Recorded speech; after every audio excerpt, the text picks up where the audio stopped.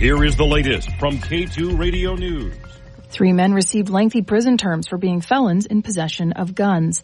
Charles Michael Karsten, aged 35, of Cheyenne, Wyoming, was sentenced to 63 months in prison.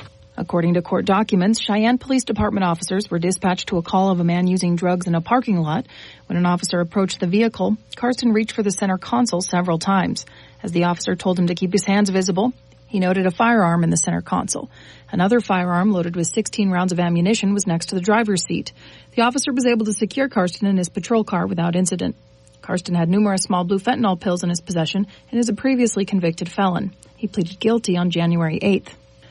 27-year-old Anthony Oliva from Las Vegas, Nevada, was sentenced to 76 months in federal prison. Court records show that on July 6th last year, Wind River Police Department officers received a report of a possible drunk driver. They conducted a traffic stop on Oliva and noticed a strong odor of marijuana coming from the vehicle.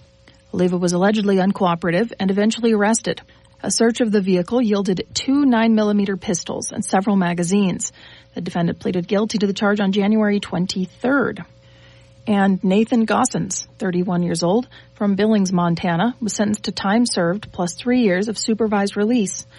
The case began when U.S. Forest Service law enforcement responded to a report of someone who had been camping in a day-use only area in Wyoming. The officer made contact with Gossens, who was wearing a pistol on his hip. Gossens was cooperative and secured the pistol without incident, but he had a prior felony conviction and was prohibited from possessing a firearm. He pleaded guilty to the charge on January 24th. Last week, there were hundreds of students from around Wyoming for State Art, which was held in Casper. This week, Casper College is the site for the 3-day Wyoming Skills USA Championship.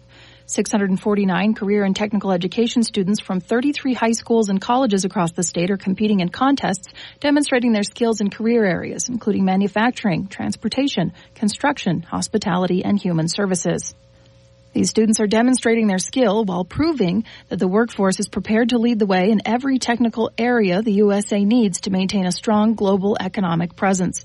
During the competition, students will work against the clock, proving their expertise in occupations like electronics, computer-aided drafting, precision machining, automotive services, medical assisting, and culinary arts. The winners will go on to compete in the National Skills USA Championships this June in Atlanta. Also, in addition to the 3-day competition at the campus, Natrona County residents can receive free one-on-one tutoring on their cell phones and other mobile devices thanks to high school students participating in the competition. Students will be at the Casper Senior Center from 11:30 a.m. to 1 p.m. on Tuesday to provide one-on-one tutoring on mobile devices. The event is free and open to the public. Reporting in Casper, I'm Colby Fedor.